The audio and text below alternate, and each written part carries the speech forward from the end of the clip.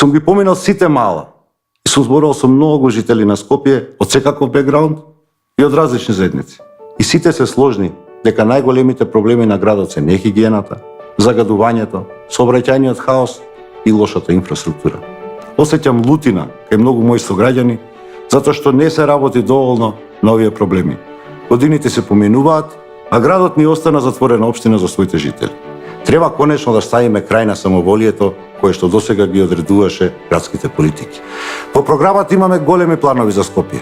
Итно ќе донесеме серија мерки против загадувањето на градот. Ќе инвестираме во кули за прочистување на воздухот, ќе обезбедиме еколошки јавен градски превоз со електробуси и автобуси. Ќе инвестираме во зелени кровови и ботанички градини на објектите под надлежност на градот Скопје.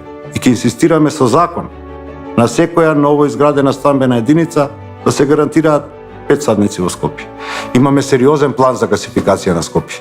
Ќе доизградиме примарната гасоводна мрежа во западниот дел од градот, а ќе изградиме и секундарна гасоводна мрежа, првенствено за населбите од градот, кои што не се поврзани со централниот систем на грејење. Тоа ќе придонесе за почист воздух во Скопје, а ефектите ќе се видат веднаш. Поддршката за велосипедистите нема да биде декларативна, туку суштинска, со вистински патеки и сигнализација. Во наредните 4 години Скопје ќе стане велоград со сериозна инфраструктура за велосипеди. Планираме и големи градежни запати во мојот мандат за пробивање на нови коридори во градот.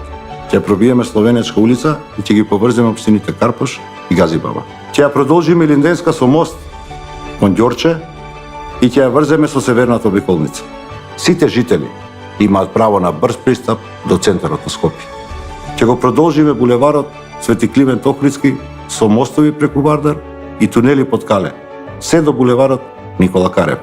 Ќе го прошириме и северниот булевар. Ќе направиме спуштена раскрсница кај Мавровка. Ќе го олесниме и паркирањето со дигитализирање на сите паркинзи. Ќе забраниме движење на тешки возила кога е најголемата гужва во Скопје. Скопје е град на сите. И сите мора да имаат еднакви можности. Земаме обврска секоја институција, јавен простор и урбана опрема во надлежност на град Скопје, да ја направиме пристапна за секого до крајот на мандатот. Ќе го вратиме езерото треска на граѓаните, обновено со изграден прочистителен систем и со јавно-приватно партнерство со голем број содржини за скопјани. Новата градска администрација веднаш ќе ги откочи процесите за реновирање на универзална сала. Кеот конечно ќе биде осветлен, уреден и со рекреативни површини на двете страни на Вардар. На водниво парк ќе се постават нови заштитни гранични линии, зад кои што зеленилото ќе биде неприкосновено и во заштита на градот. Вардариште е минато.